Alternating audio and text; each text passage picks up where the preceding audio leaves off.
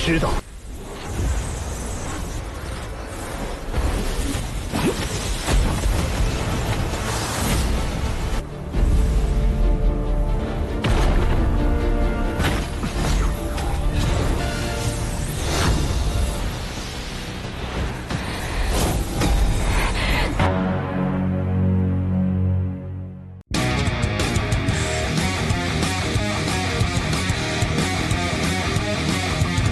Halo guys, kembali lagi bersama Mimin di channel Now Film. Bagaimana kabar kalian di penghujung tahun ini? Semoga masih diberi kesehatan ya. Dan seperti biasa, Mimin hadir kembali untuk meneruskan alur cerita dari Babang Xiao dalam Perfect World episode terbaru, yaitu Perfect World episode 143. Yang mana pada Perfect World episode 143 ini menceritakan Xiao yang membantu Jingyi memurnikan api bulan biru agar Jingyi bisa menyalakan api ilahinya. Dan di sini Xiao akan melihat kecantikan tubuh sempurna tiada tara dari istrinya tersebut. Dan seperti apa alur cerita selengkapnya, jangan lupa pencet tombol like dulu jika kalian suka, dan kita langsung saja masuk ke alur ceritanya.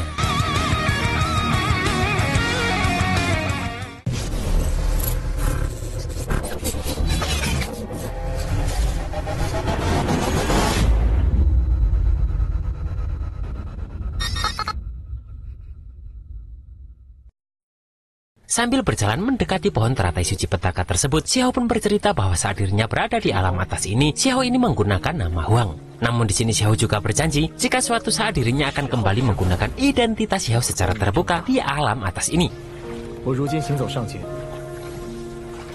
Di sini ternyata Jingyi ini memang selalu menebak jika Huang itu memanglah Xiao, karena hanyalah Xiao satu-satunya orang yang bisa melakukan hal-hal mengejutkan. Di sini Xiao pun bertanya kenapa Yuechan ini harus mengubah penampilannya dan tersembunyi di Akademi Tianxian.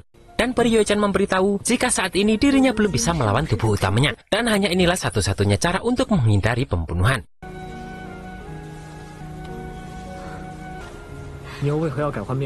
Merasakan mereka berdua mempunyai kesamaan, Xiao pun berkata jika semua ini bisa dianggap takdir. Sementara Yuechan menganggap Xiao yang sekarang lebih baik dengan pribadi yang lebih serius dan menjadi sosok yang lebih heroik.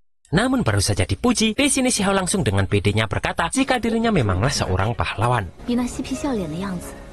Sementara Yuechan ini masih tak tahu kapan mereka berdua bisa berjalan di dunia ini dengan menggunakan identitas asli mereka. Dan di sini Xiao pun menenangkan serta berjanji selama ada Xiao, maka semua keinginan Yuechan itu hanya tinggal menunggu waktu saja.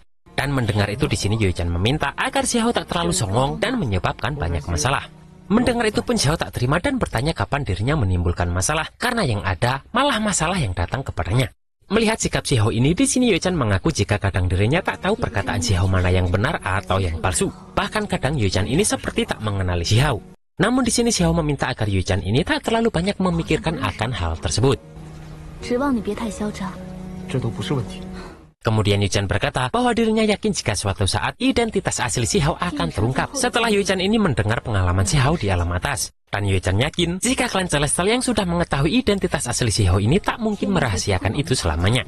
Namun Xiao berjanji jika setelah dirinya sampai di lautan 100 sungai dan memenangkan pertempuran 3000 negara, dirinya akan memberitahu semua orang. Bahkan Xiao juga berjanji akan memberitahu siapa yang memonopoli semua ini. Mendengar itu di sini Yuechan ini merasa bahwa Xiao ini sedang membual saja. Namun dengan keyakinan yang tinggi Xiao berkata bahwa dirinya sudah ditakdirkan untuk menghancurkan kerajaan surgawi, istana immortal dan tanah Nether. Kemudian dia akan memasuki tanah tak bertuan yang luas, lalu memahami akar dan rahasia segala sesuatu dari keberadaan tertinggi. Dan perkataannya tentang memenangkan pertempuran jenius 3000 negara ini tak boleh dianggap hanya sebatas bualan saja. Di sini Yuechan meminta Xiao agar Xiao tak terlalu menyombongkan dirinya sendiri, karena dunia atas ini lebih besar dari yang Xiao bayangkan. Bahkan sang immortal kuno pun mampu dikubur hidup-hidup dan menjadi sesuatu dari masa lalu di alam atas ini. Xiao pun heran kenapa perkataan Yuechan ini terdengar begitu serius. Namun Xiao langsung mengalihkan pembicaraan dengan bertanya apa rencana Yuechan ini dalam menghadapi pertempuran 3000 negara. Dan Yuechan menjawab bahwa dirinya ingin bersiap menyalakan api ilahi dengan cara menemukan sejenis api yang dapat beresonansi dengan bulan.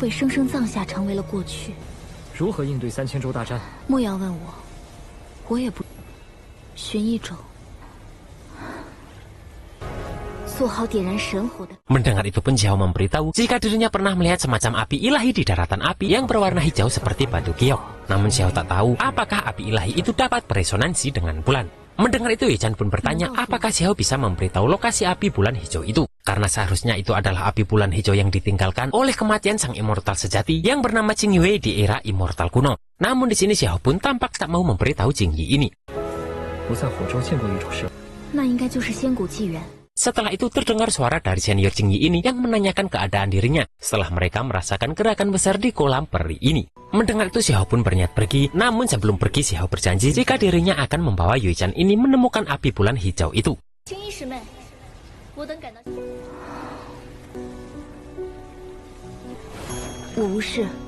Di sini Xiao pun kembali ke Dojo Supreme sambil berpikir api jenis apakah yang akan muncul selanjutnya jika api hijau itu adalah api bulan hijau. Dan sebenarnya benda apa 9 naga dan peti mati perunggu kuno tersebut. Dan setelah melihat Ji Daolin pun, Xiao yakin jika seharusnya dia mengetahui sedikit tentang hal ini karena Pak Tua ini telah mengunjungi banyak sekte besar dan melihat banyak buku tulang. Dengan cepat Xiao pun bertanya apakah Ji Daolin ini tahu tentang 9 naga dan peti mati perunggu kuno. Mendengar itu Ji Daolin ini tampak terkejut dan menanyakan apakah Xiao ini pernah melihat 9 naga menarik peti mati ini. Menyadari Pak Tua ini terlalu licik, Xiao pun memilih untuk menyembunyikannya dulu. Dan Xiao beralasan jika dirinya mendengar beberapa tetua mendiskusikan hal ini saat baru datang di Akademi Tianxian. Dan sekarang Xiao bertanya kepada Pak Tua ini hanya untuk memperjelasnya.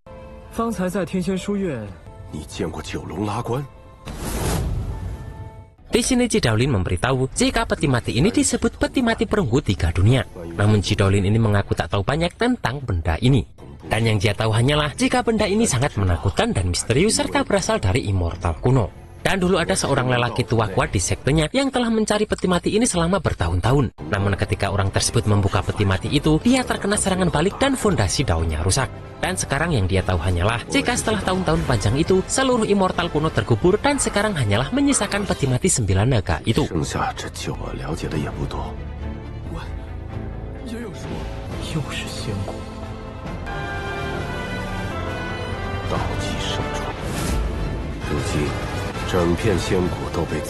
Mendengar itu Xiao berpikir jika sepertinya peti mati ini adalah simpul hati dari garis keturunan Pak Tua ini. Maka dari itu Xiao pun memilih untuk menunggu Ji Daolin ini sampai tenang dulu dan baru memberitahu semuanya. Setelah itu Xiao pun bertanya jika pastinya Ji Daolin ini tahu cara menundukkan api ilahi yang langka. Dan Ji Daolin ini memberitahu jika seseorang perlu menyalakan api ilahi dan mengembangkan keilahiannya jika ingin menerobos kekuatannya. Dan pada titik ini Xiao dapat dianggap memasuki ranah Divine Flame dan menjadi dewa. Kemudian Ji Daolin bertanya apakah Xiao ini telah menemukan api berharga untuk menerobos maju. Namun Xiao hanya beralasan jika dirinya harus bersiap lebih awal karena pertempuran jenius 3000 negara semakin dekat.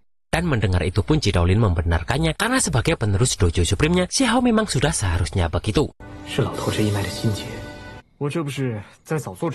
Dan Ji Daolin meminta Xiao menghilang saja jika tidak bisa masuk 10 besar dalam pertarungan 3000 negara kali ini. Namun di sini Xiao sangat pede karena mudah baginya jika hanya masuk 10 besar saja.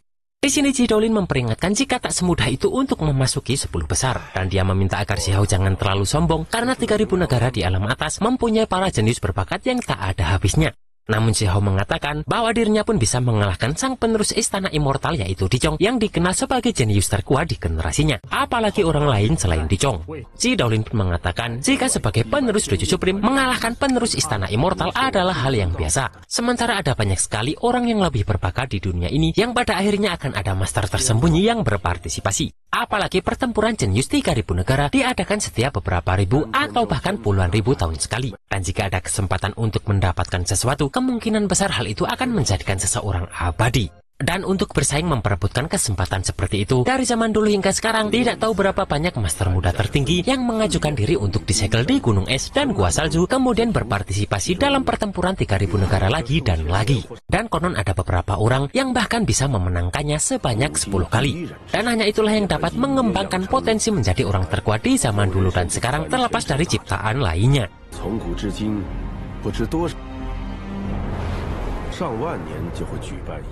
Mendengar itu pun Xiao bertanya, apakah itu berarti akan ada generasi terbaik dalam sejarah dunia ini yang keluar untuk bersaing dengan Xiao demi menjadi juara? Yang mana tentu saja membuat Xiao heran, karena yang Xiao tahu jika pertempuran jenius 3000 negara hanya boleh diikuti oleh praktisi ranah venerable. Dan jika orang-orang yang disebutkan tadi ikut berpartisipasi, seharusnya sekarang mereka sudah berada di ranah Divine Flame, yang tak mungkin mereka bisa ikut berpartisipasi lagi. Ji Daolin pun memberitahu jika dengan kekuatan besar, mereka terus menghancurkan ranah Divine Flame dan membentuknya kembali. Dan karena fondasi jalan dewa mereka sangatlah kokoh, beberapa orang bahkan mampu membentuk kembali beberapa kali. Mendengar itu pun Xiao sangat bersemangat dan ingin memberitahu kepada mereka semua siapa yang terkuat sebenarnya. Melihat keberanian Xiao tersebut, Jidolin pun semakin yakin jika Xiao memang layak menjadi murid dojo supremnya.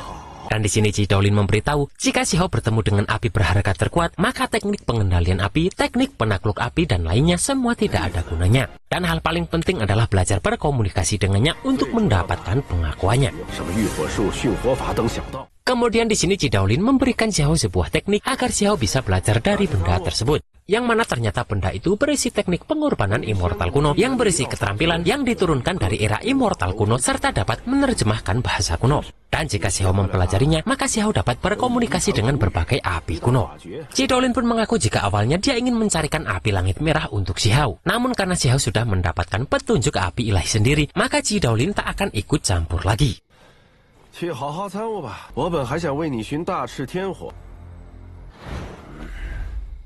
Namun sambil pergi pun Xiao berkata jika dirinya tak pernah mengatakan ingin menemukannya sendiri. Kemudian di sini Xiao pun kembali menemui Yue Chan.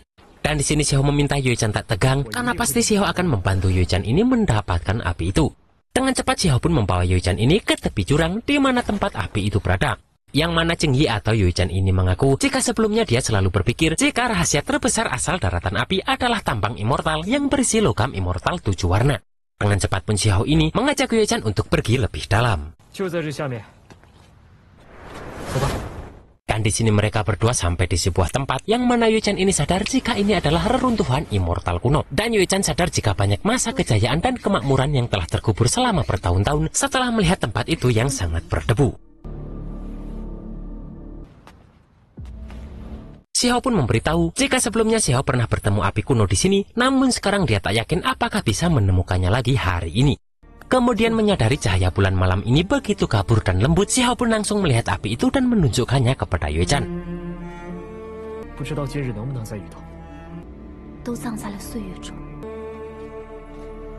Yang mana setelah melihat api tersebut, Yue Chan mengakui jika api itu adalah api bulan hijau yang dia cari. Saat api tersebut mulai mendekati mereka, dengan cepat hal itu membuat pakaian mereka terbakar. Yang mana hal tersebut membuat mereka harus menggantinya dengan baju yang lain.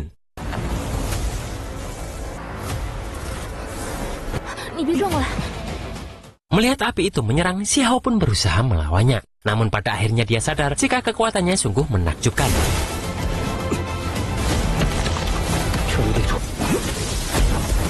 Melihat bulan itu akan menyerang Yue Chan, di sini Xiao pun berusaha melindunginya. Namun di sini api itu kembali membakar pakaian mereka, yang mana karena hal tersebut membuat Xiao melihat tubuh Yue Chan ini tanpa sehelai benang pun. Di sini Yue Chan pun memperingatkan agar Xiao tak menatap sembarangan api bulan hijau. Dan di sini Xiao meminta Yue Chan tak bertindak gegabah karena Xiao sedang berusaha berkomunikasi dengan api itu. Di sini Xiao pun menggunakan rune penerjemah tadi yang dapat berkomunikasi dengan api kuno. Dan lewat rune tersebut, di sini Xiao baru tahu jika tujuan api itu membakar pakaian mereka adalah untuk memperingatkan mereka agar mereka tidak main-main. Dan mereka tidak boleh mengacungkan jari pada api tersebut. Dan api itu tak akan melawan jika tidak diprovokasi, namun Yue Chan harus memikirkan sendiri cara untuk menaklukkan api tersebut.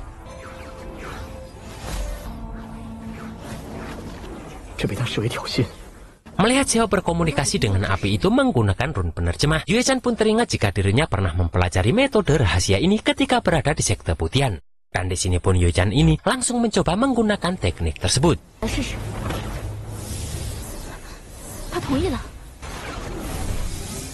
Setelah berkomunikasi, di sini Yue Chan tahu jika api itu setuju untuk Yue Chan mencoba menaklukkannya. Dan Yue Chan pun meminta Xiao agar melindungi dirinya. Dengan cepat Yue Chan ini pun mulai menyerap api bulan hijau tersebut.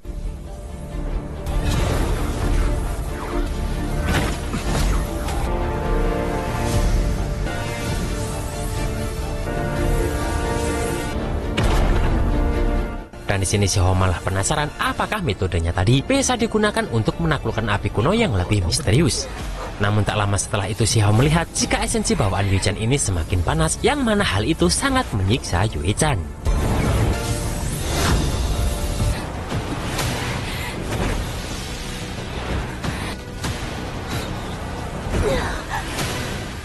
Dan pada Perfect episode 144, Xiao pun berusaha sekuat tenaga untuk membantu Yue Chan menyerap api ilahi tersebut. Bahkan hal tersebut membuat tampilan Yue-chan berubah seperti Xiao saat dalam mode Kaisar Petir. Dan kita juga akan melihat sang legenda yang keluar karena pertempuran 3000 negara akan segera dimulai.